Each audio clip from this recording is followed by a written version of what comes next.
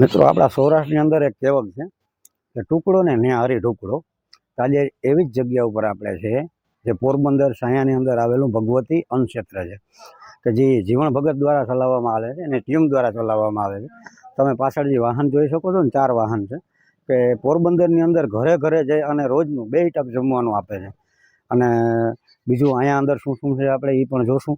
તમે પણ સાથે બને રહેજો. તો ચાલો તમને અંદર લઈ જાઉં અને બધું બતાવું. બાપુ સાથે પણ મુલાકાત કરાવીશ. જીવણ બાપુ તો નથી, ઈશ્વર બાપુ છે એટલે એની સાથે હું તમને મુલાકાત કરાવીશ. આપણે બર્થડે હોય, કોઈની તિથિ હોય તો તમે પણ અહીંયા દાન કરી શકો છો અને મોબાઈલ નંબર ને બધું તમને મળી જશે, એટલે તમે પણ સાથે બન્યા રહેજો. ચાલો હું તમને મુલાકાત કરાવું. આ પણ જો આ 4 વાહન છે. 4 વાહન 2 ટકની અંદર સવારે ને સાંજે ઘરે ઘરે જઈ અને જમવાનું આપે છે. જે વૃદ્ધ માણસો છે કે જેઓ કામી નથી શકતા એવા માણસોને આ લોકો અહીંયાથી જમવાનું પહોંચાડે ઘરે ઘરે જઈ. અને જમવાનું પણ એવું નહીં કે કોઈ વ્યવસ્થિત ના હોય, સ્વીટ હોય, ફરસાણ હોય, મીઠાઈ હોય, તમે એ પણ જોઈ શકો છો. આ લોકો તૈયારી કરે છે.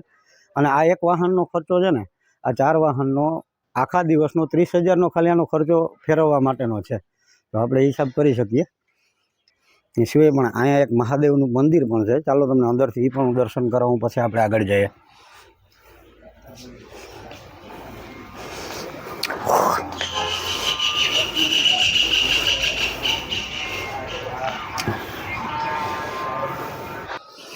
અને જો અહીંયા બીજી વાત કરીએ ને, કોરોના કાળ દરમિયાન અહીંયા જે જીવણ ભગત છે ને, એ બાપુનું સપ્તાહનું જે કામ હતું, આયોજનો હતા, એ રદ થઈ ગયેલા.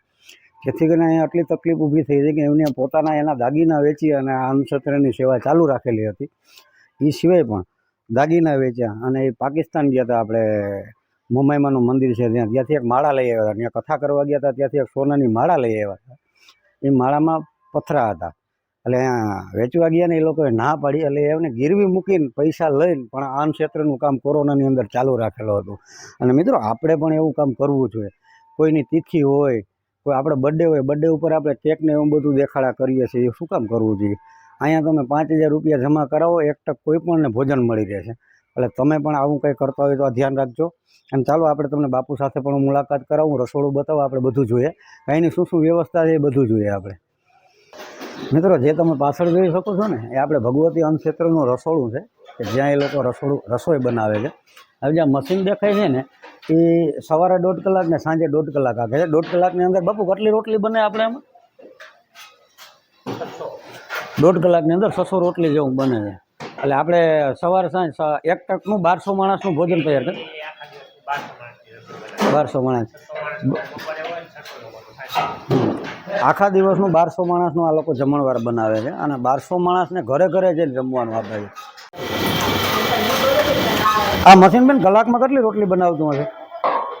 600 રોટલી 1 કલાકમાં. અને આપણે ડેલી અહીંયા કેટલી રોટલી બનાવીએ? 2 ટાઈમ 1000 રોટલી. 1.5 કલાક મશીન હાલે, પછી આપણે બંધ કરી દઈએ. ટૂંકમાં અહીંયા તૈયારી છે ને, કે લોટ નાખી દો એટલે તૈયાર થઈને રોટલી નીકળી જાય ને. અચ્છા, ગોયણા કરીને નાખી દેવાની, રોટલી તૈયાર થઈને નીકળી જાય.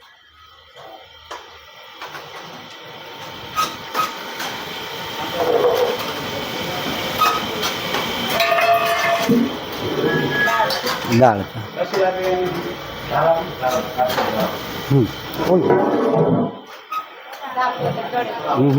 આજે કેવાનું શાક છે? અચ્છા, આપણે વટાણા બટેટાનું ડેલી એક શાક હોય ને, સવાર સાંજ 2 ટાઈમ.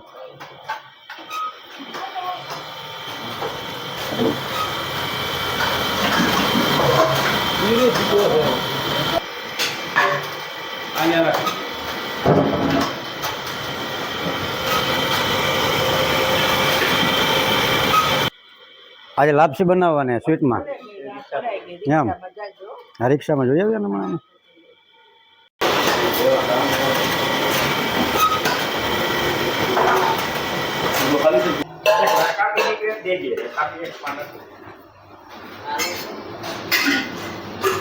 મિત્રો સ્ટોર રૂમ છે. આની અંદર ફરસાણ હોય છે, ગાંઠિયા ને એવું બધું તમે જોઈ શકો છો. આની અંદર બધો સામાન રાખવામાં આવેલો છે રસોઈ કરવા માટે. અને તમે પણ કોઈ પણ રીતે મદદ કરી શકો છો. એવું નથી કે મદદ નથી કરી શકતા. તમારે પૈસા ના આપવા હોય તો તમે કોઈ પણ વસ્તુ લઈને પણ મોકલાવી શકો છો. એનો નંબર પણ હું આપીશ તમને, કે જેના ઉપર તમે કોન્ટેક્ટ કરી શકો છો. આજે ફરસાણમાં ફિંગર રોલ છે ને, રોલ છે ને આજે સ્પ્રિંગ રોલ અને આ ચટણી. આજે શાકમાં બેન બે શાક છે, એક પનીરનું ને બીજું એક વટાણા બટાટા ને પનીરનું શાક.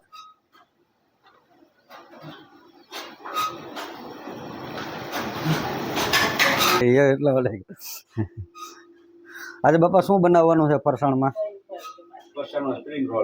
અચ્છા, સ્ક્રીમ રોલ બનાવવાના છે. સવાર સાંજ બે ટાઈમ એક ફરસાણ તો આપણે બનાવીએ જ છીએ ને. એક તો રેગ્યુલર ગમે ફરસાણ હોય.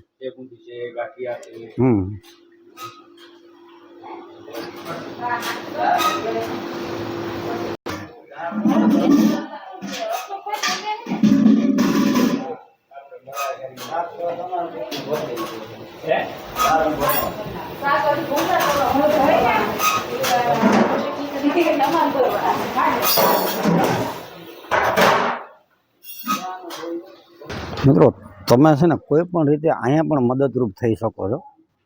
એવું નથી કે આપણે આટલા પૈસા આપવા જ જોઈએ. જો આપણે પૈસા ના આપવા હોય ને તો તમે કોઈ પણ વસ્તુ લઈને પણ અહીંયા દાન કરી શકો છો. આ લોકો લગભગ દરરોજ 1200 માણસની રસોઈ બનાવે છે. વાહનો આ છે 4 ભગવતી અન્નક્ષેત્રના વાહનો લઈ અને ઘરે ઘરે જમવાનું આપે છે. જે નિરાધાર લોકો છે ને, જેને ક્યાંથી જમવાની આશા નથી ને, એ લોકોના ઘરે ઘરે જ લઈ આવે. અને આપણે એ પણ તમે અંદર પણ એ જોયું છે કે ભાઈ આ લોકો એવું નથી કે કંઈ જમવાનું સારું નથી આપતા. પનીરનું શાક છે, સ્પ્રિંગ રોલ છે, આવું બધું શાક રોટલી દાળ ભાત આવું બધું 2 ટક બનાવી અને ખાલી ફ્રીમાં પહોંચાડે છે. કે જે લોકો કંઈ કામ નથી કરી શકતા, કંઈ પણ નહીં. અને મેં બાપુ પાસે અમુક વિડીયો એવા પણ જોયા છે કે માજી છે, 70-80 વર્ષના માજી છે, એવું કહે છે કે ભગવાન હવે તું મને ઉપાડી લે. આ લોકો એવા લોકોને જઠરાગ્નિ ઠારવાનું કામ કરે છે. એટલે તમે પણ કોઈ પણ રીતે અહીંયા મદદ કરી શકો છો. આપણે આ વાહન પણ પાછું હું તમને બતાવીશ કે એની અંદર એ લોકો કઈ રીતે લઈ જાય અને કેવી રીતના બધાને જમવાનું પૂરું પાડે છે, એ પણ આપણે જોશું. તો તમે સાથે બન્યા રહેજો મિત્રો. અને મારી ચેનલનું કામ એવું છે, આવું કંઈ કાર્ય થતું હોય ને તો હું પહેલાં જાઉં અને એ લોકોનું બધું ત્યાંની વિડીયોગ્રાફી કરીને તમારા સમક્ષ હું રજૂ કરું છું. મારું આ કામ છે. જય સિયારામ. સંજયભાઈની ચેનલ દ્વારા આજે અમારે ગોગનભાઈ આવ્યા છે આપણું અન્નક્ષેત્રની મુલાકાતે. તો અન્નક્ષેત્રની માહિતી પૂછે છે કે કઈ રીતના ચાલે છે. તો આપણે આ કથાકાર શ્રી જીવન ભગત સંચાલિત શ્રી ભગવતી હરતું ફરતું અન્નક્ષેત્ર ચાલે છે. અને હરતું ફરતું અન્નક્ષેત્ર એ માટે કે જે અંધ હોય, અપંગ હોય, નિરાધાર લોકો હોય, કે આવા લોકો આપણે અન્નક્ષેત્રે પહોંચી શકતા ના હોય. અને એ માટે જ આપણું હરતું ફરતું અન્નક્ષેત્ર છે કે જે લોકો જ્યાં હોય ત્યાં જઈ અમે રોજ 2 ટાઈમ એને ભોજન પૂરું પાડીએ છીએ. અને રોજને માટે 1200 માણસની રસોઈ બનાવી અને આખા પોરબંદરમાં અલગ અલગ વિસ્તારમાં અલગ અલગ ગાડી ચાલે છે. એક ગાડી 30 કિલોમીટર ચાલે છે. અને અમારે ભગત બાપુ દ્વારા આ હરતું ફરતું અન્નક્ષેત્ર ચાલુ કરવામાં આવ્યું છે. અને એને પણ એક દ્વારકાધીશ કાળિયા ઠાકરે કંઈક સંદેશ દીધો કે આપણી પોરબંદરની ભૂમિ પાવન કરવા આવ્યા છે. તો આમાં તન મન ધનથી આપણે સેવા કરી શકીએ. અને તમે કોઈ પણ પ્રસંગપાત અન્નદાન કરી શકો છો. જેમ કે પુણ્યતિથિ હોય, જન્મદિવસ હોય, એનિવર્સરી હોય, કોઈ પણ પ્રસંગપાત આપ અન્નદાન કરી શકો છો. અને અમારા અન્નદાન કરવા માટેના કોન્ટેક નંબર પણ બ્લોકમાં આવશે. અને હું પણ નંબર બોલી જાઉં છું, 99-789-83-999. આ નંબરમાં કોન્ટેક કરી અન્નદાન કરી શકો છો. અને કોઈ પણ ફૂલની તો ફૂલની પાકડી પણ કરી શકો છો. આમાં જેટલું વાવશો એટલું જ લણવાનું છે. અને અમે કોઈ ગુપ્તદાન લેતા નથી. તમે કોઈ ગાડી લખાવો, કોઈ અન્ન પહોંચાડી શકો છો. તો આપણું હરતું ફરતું અન્નક્ષેત્ર છે. અને અન્નક્ષેત્રની મુલાકાત આપણે ગોગનભાઈ દ્વારા લીધી છે. તો તમે આ બ્લોગમાં પણ જોશો. બાપુ, હવે આપણે અહીંયા કોઈ બર્થડે હોય તો એક ગાડી કદાચ આપણે દાનમાં રાખવી હોય તો એનો ખર્ચ કેટલો છે આપણો? અચ્છા, આપણે આખા દિવસની ટોટલ 6 ગાડી હાલે છે. અને ડેઇલી માટે અમે 1200 માણસની રસોઈ બનાવીએ છીએ. અને એ 3 રિક્ષા બપોરે હોય, 3 રિક્ષા સાંજે હોય. એક રિક્ષામાં 200 માણસનું જમણવાર થાય છે. કોઈને એક રિક્ષાનું જન્મદિવસ હોય કે પુણ્યતિથિ હોય, અન્નદાન કરવું હોય એક રિક્ષાનું 200 માણસનું, તો એક રિક્ષાના 5,000 રૂપિયો છે. એક અને ટકનું હા, એક ટકનું એક રિક્ષાના 5,000 રૂપિયો છે. એમાં 5,000માં એક મિષ્ટાન, ફરસાણ, દાળ, ભાત, શાક, રોટલી એવું બધું મેન્યુ આવી જાય. અથવા જે દાતા કહે કે અમારે આ મેનુ બનાવીને જમાડો, એ મેનુ અમે બનાવી દઈએ છીએ. જેમ કે આજે તમે આવ્યા છે તો આજ કેમ પનીરનું શાક છે, રોલ છે, દાળ, ભાત, ચટણી, એવું અલગ અલગ મેન્યુ છે. તો એવું કોઈ પણ દાતા કહે કે અમારે આ મેન્યુ બનાવી આ લોકોને જમાડી દેજો, તો મેં એ દાતાને જમાડી કમ્પ્લીટ એનો વિડીયો બનાવી અને વોટ્સઅપ કરી દઈએ છીએ.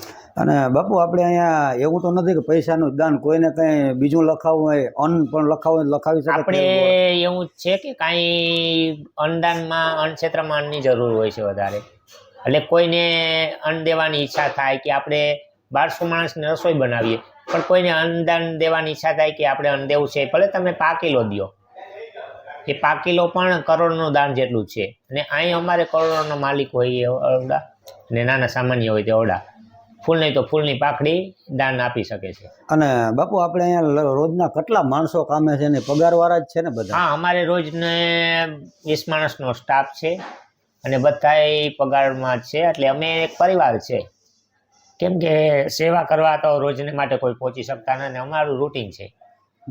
અને અમારી ગાડી માતાજીની દયાથી ઓલરેડી ચાલે છે, અને અમે માતાજીએ ચાલુ કર્યું છે, માતાજી પૂરું કરે છે. અને મેં એવી વાત સાંભળેલી છે કે આપણે કથાકાર છે જીવણ ભગત બાપુ, હા, એની કંઈક કોરોનાની અંદર એના દાગીના મૂકીને પણ આ અન્નક્ષેત્ર ચાલુ રાખ્યું કે અન્નક્ષેત્રમાં જ્યારે હોય દાતા હોય, ક્યારેક દાતા ના હોય તો એની કથા હોય, એના કથાના રૂપિયા આમાં વાપરી અને આ ચાલુ રાખે છે. અને જે એમને દાતાનો પણ સહયોગ સારો મળે છે. કોરોનાની અંદર મેં એવું સાંભળેલું હતું કે બાપુની કથાયું કેન્સલ થઈ, પછી બાપુ એના દાગીના વેચ્યા હતા. હા, એની કથાયું, કેમ કે ત્યારે કોરોનાનો પરિસ્થિતિ આવી ગઈ, ત્યારે 4 થી 5 કથા હતી, કથા બધી મફૂક રહી. એટલે કોરોના કાળમાં કથા થાય ને એટલે ત્યારે આમાં જરૂર હતી, ત્યારે પછી દુકાનમાં જે સેલે વધી ગયા હતા નામાં, તો ભરપૂર કરવા પડે. અને બાપુ કોઈ પણ માણસને એની રૂબરૂ મુલાકાત કરવી હોય તો ગમે ત્યારે કરી શકે? ગમે ત્યારે એની ટાઈમ આવી શકે છે. બરાબર, કોઈ પણ વ્યક્તિને ગમે ત્યારે મુલાકાત કરવી ત્યારે હોય, કંઈ પણ મુલાકાત ગમે ત્યારે આવી શકો. અને કોઈ અન્નદાન લખાવે એ એની હાથે પણ પીરસવા જઈ શકે, એની સાથે પણ ગાડીમાં બેસીને જઈ શકે. હા. તો મિત્રો, આ બાપુ હતા. તમે બાપુએ જે કીધું એ બધું સાંભળ્યું. એ ખરેખર મેં પણ ઇન્ક્વાયરી કરેલી છે કે બધું બહુ સાચું છે. અને તમે પણ ક્યારેય પણ આપણે બર્થડે હોય ને તો કેક ઉલારવા કરતાં આ કામ કરાય કે એક ગાડી રાખી દેવાય અને 5,000 રૂપિયા આપી દેવાય. એવું નથી કે તમે પૈસા જ આપી શકો, તમે અન્નનું પણ અહીંયા દાન કરી શકો છો. તો આપણે ખરેખર એવું બધું કરવું જોઈએ. તો હું હજે પણ તમને ગાડીની સાથે પણ લઈ જઈશ કે એ લોકો કેવી રીતના વિતરણ કરે છે એ પણ આપણે જોશું. તો તમે સાથે બન્યા રહેજો. બાપુને કહે, બાપુ હજે એના મોબાઈલ નંબર બોલી દે તમને, એટલે તમે એ પણ જોજો. બાપુ, તમારો મોબાઈલ નંબર અમને અહીંયા આપો.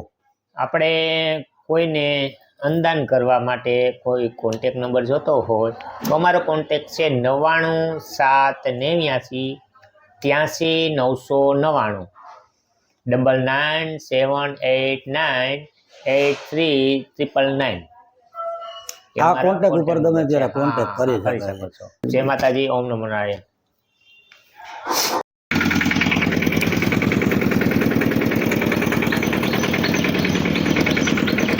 આગળ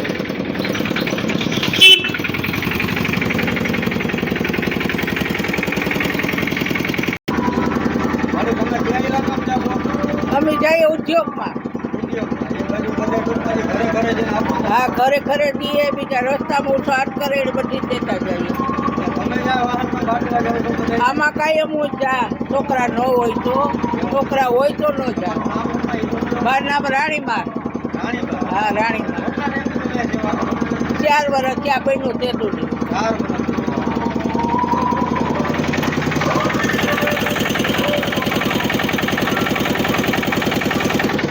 જવા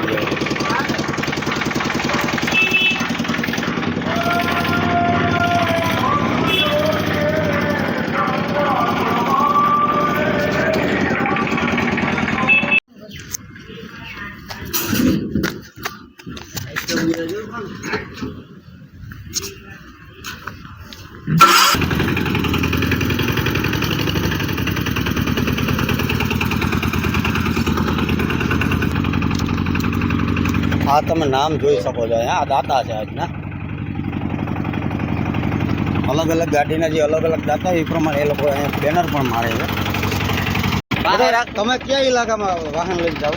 અમે અહીં રેલવે સ્ટેશન હા પછી આપણે આવાસ સુધી આવાસ યોજનામાં એ ગયા. ટૂંકમાં રસ્તામાં કોઈ ગરીબ હા રસ્તે હોય કોઈ ગાંડું હોય તો બધાને પણ તમે જમવાનું આપતા હો ને? બધાને દેવાનું બરાબર. રિક્ષામાં આવે ને કોઈ ના નહીં અચ્છા. પાડવાનું આ તમે 12 વાગ્યાથી ચાલુ કરી અને બપોરે પાછા કેટલા વાગ્યા સુધી ઇલાકા 3 વાગ્યા સુધી 3:30 વાગ્યા સુધી પછી પાછા સાંજના સમયમાં આપણે કેવી રીતના હોય? સાંજના 5:30 થી સાંજના 8 સાડા 8 સુધી 8:30 સુધી ટોટલ ટૂંકમાં આપણી 3 ગાડી હાલે ત્રણ સવારે અને સાંજે. સાંજે આજે શું શું છે જમવામાં? આજે રોલ હે શીરો હે ભાત છે ભૂંગરા હે રાજુ હે રોટલી દાળ ભાત શાક અલગ અલગ મેનુ હોય ને સવાર સાંજ બધા ટાઈમ ઉપર. બધે અલગ અલગ સારું સારું લ્યો હતો હવે તમે જાઓ.